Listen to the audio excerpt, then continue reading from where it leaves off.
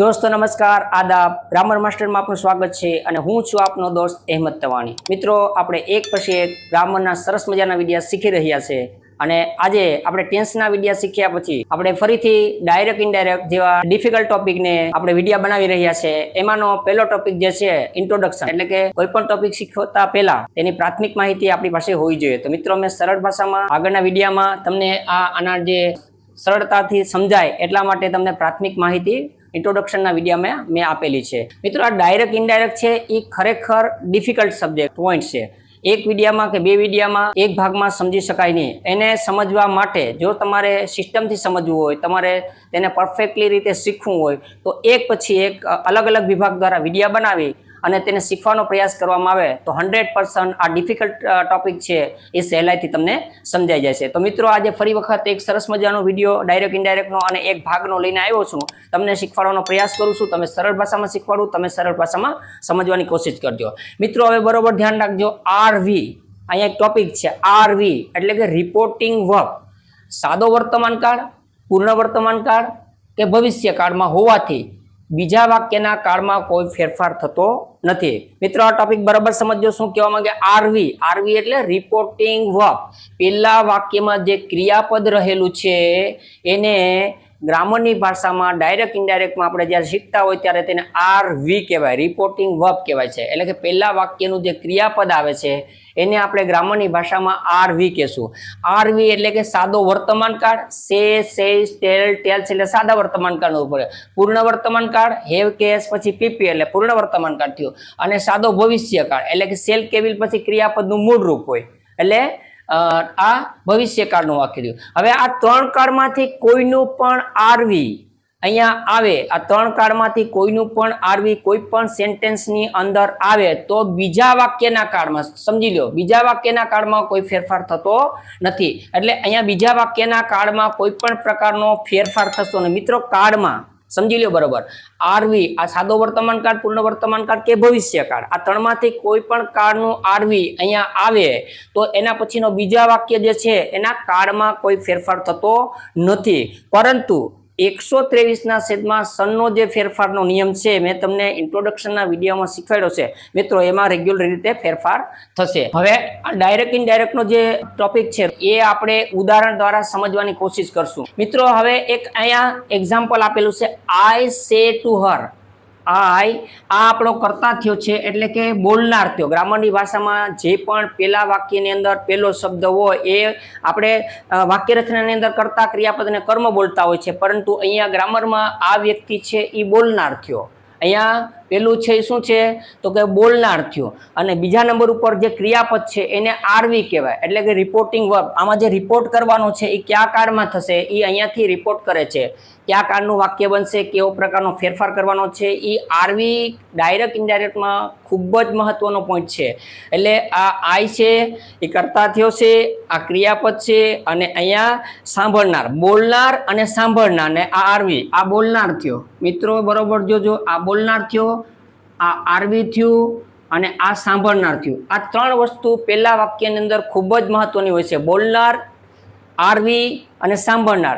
ઘણા એવા પણ સેન્ટેન્સ હોય છે કે જેમાં સાંભળનાર ન હોય, ઉલ્લેખ કરેલો ના હોય, સાંભળનાર ના હોય મતલબ એમાં ઉલ્લેખ ન થયો હોય તો પણ આપણે આપણા નિયમના સિસ્ટમ પ્રમાણે જ ટૂંકમાં ડાયરેક્ટમાંથી ઇનડાયરેક્ટ કન્વર્ટ કરવાનું હોય છે। હવે બરોબર જો પહેલા વાક્યનો આપણે કરીએ, જે બોલનાર છે તેને આપણે તેમને તેમ લેવું પડશે, એટલે આઈ છે એ બોલનાર છે એને આપણે એમને એમ લઈ લીધો છે।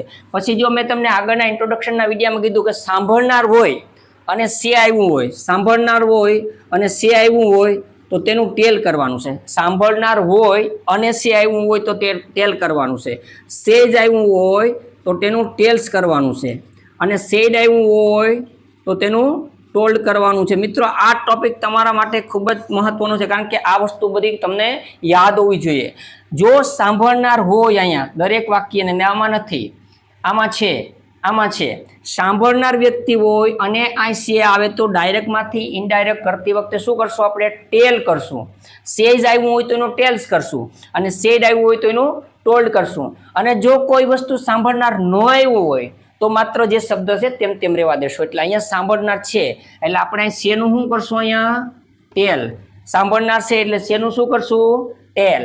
પછી ટુ શબ્દ કાઢી નાખવામાં આવશે અને પછી સાંભળનાર હોય એને એમને મૂકી દેવાનો. બરોબર મિત્રો, જોજો આ વસ્તુ ખૂબ જ મહત્વની છે. આ વસ્તુ પહેલો વાક્યમાં છે, ચેક કરજો.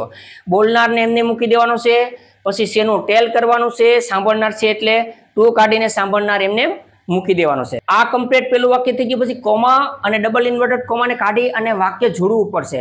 તો એ વાક્યને જોડવા માટે આપણે સંયોજક ધેટનો ઉપયોગ કરશું. શેનો ઉપયોગ કરશું? સંયોજક ધેટ, THAT. ધેટ એટલે સંયોજક. અહીંયા ધેટ એટલે બે વાક્યને જોડવા માટે સંયોજક તરીકે ઉપયોગ થાય છે. હવે કોમા કાઢી નાખશું, ડબલ ઇન્વર્ટેડ કોમા કાઢી નાખશું એટલે આપણે શું યુઝ કરશું? બે વાક્યને જોડી દેશું, ધેટ. હવે ધેટ જોડ્યા પછી આપણો 123 નો નિયમ લાગુ પડશે. આપણે આ શીખવાડી દીધું છે 123 મિત્રો આ વસ્તુ તમને મેં સમજાવી દીધી છે. આ સંયોજક ધેટ લગાડ્યા પછી આપણે 123 નો ઉપયોગ કરશું. બરોબર, જોજો કેવી રીતના થાય છે તમને સમજાવી દીધું છું. 123 એટલે કે આ પેલો પુરુષ અહીંયા હોય તો એનો ફેરફાર પેલા પ્રમાણે કરવાનો, એટલે કે સબ્જેક્ટ પ્રમાણે કરવાનો. સબ્જેક્ટ એટલે કે કર્તા. એટલે અહીંયા જોવાનું કે આ કેટલામો પુરુષ છે, પહેલો છે, બીજો છે, ત્રીજો છે, અથવા તો એની સાથે રૂપ કેટલામું છે, પહેલું રૂપ છે, બીજું રૂપ છે. દાખલા તરીકે કોઠો તમને ટેબલ મેં પહેલા ઇન્ટ્રોડક્શનના વાક્યમાં એક ટેબલ બનાવીને આપેલું છે. I, me, my, we, us, our, you, your, she, her, he, him અને હિસ, ઇટ્સ, ધે, ધેમ, ધ્યા. તો આ ટેબલ છે એ મતલબ કે કોઠો બતાડે છે કે એ એક વચન બહુવચનનું છે, પણ પુરુષ પહેલો છે, બીજો છે કે ત્રીજો, જેનું જેટલામાં રૂપ હોય એટલામાં રૂપ લેવાનું. હવે સમજી લો કે આપણે વાત કરીએ છીએ તો યુ કેટલામાં પુરુષમાં આવશે? બીજા પુરુષમાં. તો બીજા પુરુષમાં ઓ એટલે કે ઓબ્જેક્ટ એટલે કે કર્મ, કર્તા, ક્રિયાપદ અને કર્મ. પેલા પુરુષનું કોઈ પણ રૂપ હોય તો પેલા પ્રમાણે, બોલનાર પ્રમાણે. સાંભળી લ્યો, ક્લિયર કરી દઉં. પેલા પુરુષનું કોઈ પણ રૂપ આવે તો એનો ફેરફાર ડાયરેક્ટ ઇનડાયરેક્ટમાં બોલનાર પ્રમાણે કરવાનો. બીજા પુરુષનું કોઈ પણ રૂપ આવે તો એનો ફેરફાર સાંભળનાર પ્રમાણે કરવાનો. અને ત્રીજા પુરુષનું કોઈ પણ રૂપ આવે તો કોઈ પણ પ્રકારનો ફેરફાર કરવાનો થતો નથી. આ ત્રણ વસ્તુ સમજી લો. હજી ફરી વખત રિપીટ કરી દો. પહેલા પુરુષનું કોઈ પણ રૂપ આવે તો બોલનાર પ્રમાણે, બીજા પુરુષનું કોઈ પણ રૂપ આવે તો સાંભળનાર પ્રમાણે, અને ત્રીજા પુરુષનું કોઈ પણ રૂપ આવે તો કોઈ પણ પ્રકારનો ફેરફાર કરવામાં આવતો નથી. હવે મિત્રો અહીંયા જેટલામું રૂપ હોય એટલામું જ વાંથી કાઢવાનું છે, સામેથી રૂપ લેવું પડશે. હવે આપણે જોઈએ અહીંયા આઈ, ટેલ, હર, ધેટ. હવે આપણે આગળ વધીએ. યુ કેટલામો પુરુષ છે? બીજો. તો બીજો એટલે બીજા પ્રમાણે. પેલો પુરુષ હોય તો પેલા પ્રમાણે લેવાનું, બીજો પુરુષ છે તો બીજા પ્રમાણે. હવે યુ કેટલામું રૂપ છે? યોર. મતલબ પેલું રૂપ પણ યુ આવે, બીજું રૂપ પણ યુ આવે. તો આપણને ખબર કેમ પડશે કે આ પેલા રૂપનું છે કે બીજા રૂપનું છે? મિત્રો પેલા રૂપમાં કર્તા તરીકે જ્યારે યુ આવે, કર્તા તરીકે, તો હંમેશા પેલું રૂપ હોય. અને વચ્ચે ક્યાંય પણ કર્મ તરીકે આવે તો એ યુ છે એ યુનું બીજું રૂપ હોય. એ આપણે જોઈ લેવાનું. આ શરૂઆતમાં કર્તા તરીકે યુ આવ્યો તો આ રૂપ આપણું કેવું છે?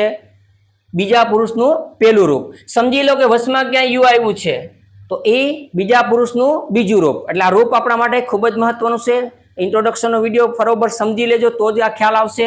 હવે યુ છે એ પેલું રૂપ છે તો યુ પહેલા બીજા પુરુષનું પેલું રૂપ, તો બીજા પુરુષનો ફેરફાર હર પ્રમાણે. હવે હર છે સી, હર, તો એનું આપણે પેલું રૂપ લેવું પડશે. તો હરનું પેલું રૂપ શું થશે મિત્રો? અહીંયા સી થશે, સી. પછી શુડનું શુડ મૂકી દેવાનું છે. એમાં આપણે કશો ફેરફાર કરવાનો નથી, કારણ કે કાળ ફેરફાર કરવાની મનાઈ છે. આરવી સાદો વર્તમાન કાળ, પૂર્ણ વર્તમાન કાળ કે ભવિષ્ય કાળ હોય, બીજા વાક્યના કાળમાં કોઈ ફેરફાર કરવાનો નથી. શુડ, પરચેજનું પરચેજ આપણે રાખી દેવાનું છે, એમાં કશો ફેરફાર કરવાનો નથી.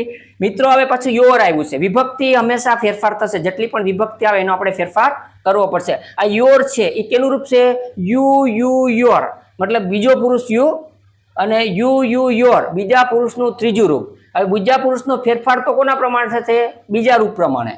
આના પ્રમાણે થશે ને. બીજો પુરુષ આવે, પહેલો પુરુષનું કોઈ પણ રૂપ હોય તો પેલા પ્રમાણે, બીજા પુરુષનું કોઈ પણ રૂપ હોય તો બીજા પ્રમાણે. એટલે અહીંયા યોર શબ્દ છે, યુ અને યોર. આ ત્રીજું રૂપ છે તો આનો ફેરફાર આપણે આના પ્રમાણે કહીશું. તો આ યુ છે, યોર ત્રીજું રૂપ છે, તો આનું ત્રીજું રૂપ શું થાય? તો કે સી, હર, તો હરનું હર જ આવશે અહીંયા. ત્યાર પછી બુક્સનું બુક્સ, અને અહીંયા યોર સેલ્ફ પાછું આવ્યું છે, યોર. તો યોર આવે. યોર કેટલામાં પુરુષ છે? બીજો પુરુષ યુ યુ યોર, ત્રીજો બીજા પુરુષનું ત્રીજું રૂપ. તો બીજા પુરુષનો ફેરફાર આના પ્રમાણે, તો સી હર હર, તો અહીંયા પણ પાછું યોર સેલ્ફની જગ્યાએ શું આવશે? હર સેલ્ફ. મિત્રો આ સમજાઈ ગયું છે. અહીંયા સંયોજક તરીકે ધેટ લગાડ્યું છે. પહેલા વાક્યનું કરી લીધું છે આપણે, ડાયરેક્ટમાંથી ઇનડાયરેક્ટ આ સાંભળનાર છે એટલે શેનું ટેલ કરી નાખ્યું છે. અને ફેરફાર પ્રમાણે એક અહીંયા આપણે ફેરફાર કર્યો છે, એક અહીંયા આપણે ફેરફાર કર્યો છે, અને એક આપણે અહીંયા ફેરફાર કર્યો છે. તો એવી રીતના અહીંયા ફેરફાર કરવાની જરૂર હતી, અહીંયા ફેરફાર કરવાની જરૂર હતી, અને અહીંયા ફેરફાર કરવાની જરૂર હતી. આ બરોબર સમજી લેજો એટલે તમને આ સેન્ટેન્સ ઉપરથી સેન્ટેન્સ બનાવતા આવડી જશે. આ એક ઉદાહરણ સરસ મજાનું છે. હવે એવી જ રીતના મિત્રો, હવે એવી જ રીતના અહીંયા ફરીથી એક સેન્ટેન્સ બીજું લઈને આવું છું. He has said. હવે હેવ કેસ પછી પીપી આવે તો કયો કાળ હોય? પૂર્ણ વર્તમાન કાળ. એટલે પૂર્ણ વર્તમાન કાળનું પણ આરવી આવે તો બીજા વાક્યના કાળમાં કોઈ પણ પ્રકારનો ફેરફાર કરવામાં આવતો નથી. એટલે આપણે હી બોલનાર એમને મૂકવાનો, હેઝ સેડ. સાંભળનાર વ્યક્તિ મિત્રો આની અંદર નથી, બરોબર ધ્યાન રાખજો. સાંભળનાર વ્યક્તિ હોય તો શેનું ટેલ કરવાનું, સેજનું ટેલ્સ કરવાનું અને સેજનું ટોલ્ડ કરવાનું, પણ સાંભળનાર વ્યક્તિ નથી એટલે જેમ હોય તેમને રહેવા દેવાનું. પછી બે વાક્યને જોડવા માટે કોમા કાઢીને આપણે સંયોજક શેનો ઉપયોગ કરશું? તો કે ધેટ. પછી અમિત ઇઝ સોરી. અમિત કેટલામાં પુરુષ છે? અમિત છોકરો છે એટલે હી. ત્રીજો પુરુષનું કોઈ પણ રૂપ હોય 123 છેદમાં સનના નિયમ પ્રમાણે મિત્રો બરાબર જો, પહેલા પુરુષનો ફેરફાર સબ્જેક્ટ પ્રમાણે, બીજા પુરુષનો ઓબ્જેક્ટ પ્રમાણે, અને ત્રીજા પુરુષનો કોઈ ફેરફાર થતો નથી. ત્રીજા પુરુષનું કોઈ પણ રૂપ. હવે મિત્રો આ અમિત છે એ ત્રીજો પુરુષ છે. ત્રીજો પુરુષ હોય તો કોઈ પણ પ્રકારનો ફેરફાર થતો નથી, એટલે અમિતનું અમિત રહેશે. કોઈ પણ નામ હોય તો આપણે એ પ્રમાણે રાખવાનો. ત્યાર પછી કાળમાં કોઈ પણ ફેરફાર થતો નથી. સાંભળી લો, આરવી સાદો વર્તમાન કાળ, પૂર્ણ વર્તમાન કાળ કે ભવિષ્યકાળનું હોય તો બીજા વાક્યના કાળમાં કોઈ ફેરફાર થતો નથી, એટલે આપણે કાળમાં કોઈ ફેરફાર કરવાનો નથી. અમિત ઇઝ સોરીનું સોરી. મિત્રો સમજાઈ ગયું? હવે અહીંયા કોઈ પણ પ્રકારનો ફેરફાર કરેલો નથી. આ જોજો બરોબર, આ વિભક્તિ છે. અહીંયા કોઈ પણ પ્રકારનો ફેરફાર થયો નથી કારણ કે ત્રીજો પુરુષ છે. ત્રીજા પુરુષમાં કોઈ ફેરફાર આવતો નથી. અહીંયા પણ સાંભળનાર નથી એટલે સેડનું સેડ રહ્યું. જો અહીંયા સે આવેલું છે તો એનું ટેલ્સ કર્યું છે કારણ કે સાંભળનાર વ્યક્તિ છે, પણ અહીંયા સાંભળનાર વ્યક્તિ નથી તો સેડનું ટોલ્ડ નથી થયું. જે શબ્દ હોય તેમ તેમ મૂકી દેવાનો, અને બધામાં સંયોજક તરીકે ધેટ ફરજિયાત લગાડવો પડે. ત્યાર પછી આ જ રીતે આપણે ત્રીજું વાક્ય જોઈએ તો એ છે ભવિષ્યકાળનું. આરવી છે એ ભવિષ્યકાળમાં હોય તો બીજા વાક્યના કાળમાં કોઈ પ્રકારનો ફેરફાર કરવામાં આવતો નથી. તો રાજુ વિલનું વિલ રહેશે અને શેનું શું થઈ જશે? ટેલ. રાજુ વિલ ટેલ રવિના. મિત્રો બરાબર જોજો, અહીંયા ખાલી ફરક કેટલો થયો છે કે અહીં છે તો અહીંયા શું કર્યું આપણે? ટેલ. સે હોયનું ટેલ કરી નાખવાનું એટલે આપણે ટેલ કર્યું. પછી ટુ કાઢી નાખવાનું છે બધામાં, અને બે વાક્યને જોડવા માટે આપણે શું લેશું? તો કે ધેટ લીધું. ત્યાર પછી આપણે ડાયરેક્ટ ઇનડાયરેક્ટમાં ધેટ લગાડ્યા પછી જ 123 છેદમાં સનનો નિયમ આપણે લાગુ પડતો હોય છે. હવે આ જોજો ફરીથી, અહીં હી શબ્દ આપેલ છે.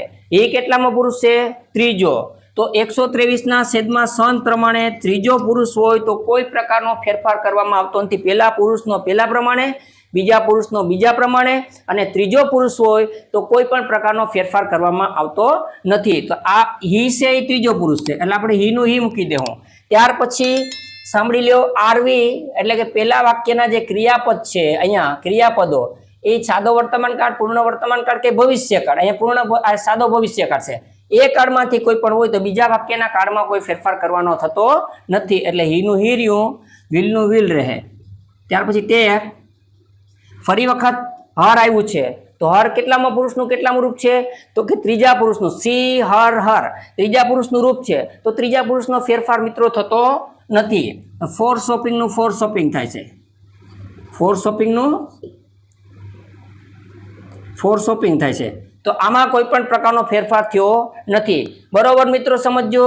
આરવી છે એ ખૂબ મહત્વના છે, એને પછી કન્વર્ટ કરવા પડે છે એટલે આ વસ્તુ તમારે ફરજિયાત ચેક કરવી પડશે. ત્યાર પછી વિભક્તિ જે છે એ તમારે જો હવે જો અહીંયા હી આવ્યો છે તો આપણે પણ હીનો હી જ રાખવો પડે કારણ કે ત્રીજા પુરુષમાં કોઈ પણ પ્રકારનો ફેરફાર થતો નથી. અહીંયા હર આવ્યું તો હર પોતે પણ એક ત્રીજા પુરુષનું રૂપ છે એટલે એમાં આપણે કશો પ્રકારનો કોઈ પણ પ્રકારનો ફેરફાર કરી શકશે નહીં. અહીંયા જો he will take her for shopping, તો he will take her for shopping.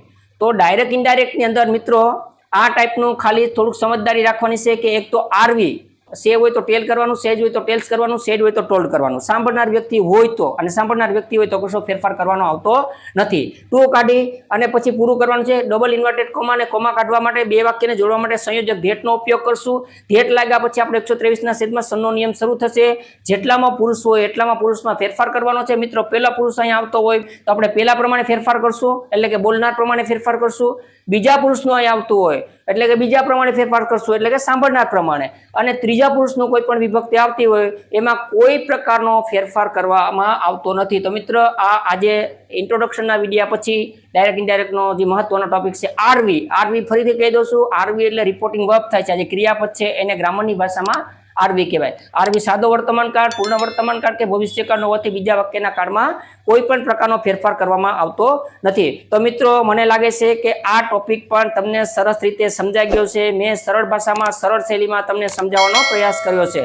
મિત્રો આ ડાયરેક્ટ ઇનડાયરેક્ટનો ટોપિક ખરેખર લોંગ છે અને ડિફિકલ્ટ છે, પરંતુ હું તમને ગેરંટી આપું છું કે એક એક ભાગ દ્વારા, એક એક પાર્ટ દ્વારા હું તમને દરેક વિડીયો બનાવી અને સરળ શૈલીમાં તમારી સામે રજૂ કરીને તમને શીખવાડવાનો પ્રયત્ન કરી. મિત્રો આ વિડીયો ગમે તો તમે સબસ્ક્રાઇબ, લાઇક, શેર અને કમેન્ટ કરજો. થેન્ક યુ મિત્રો.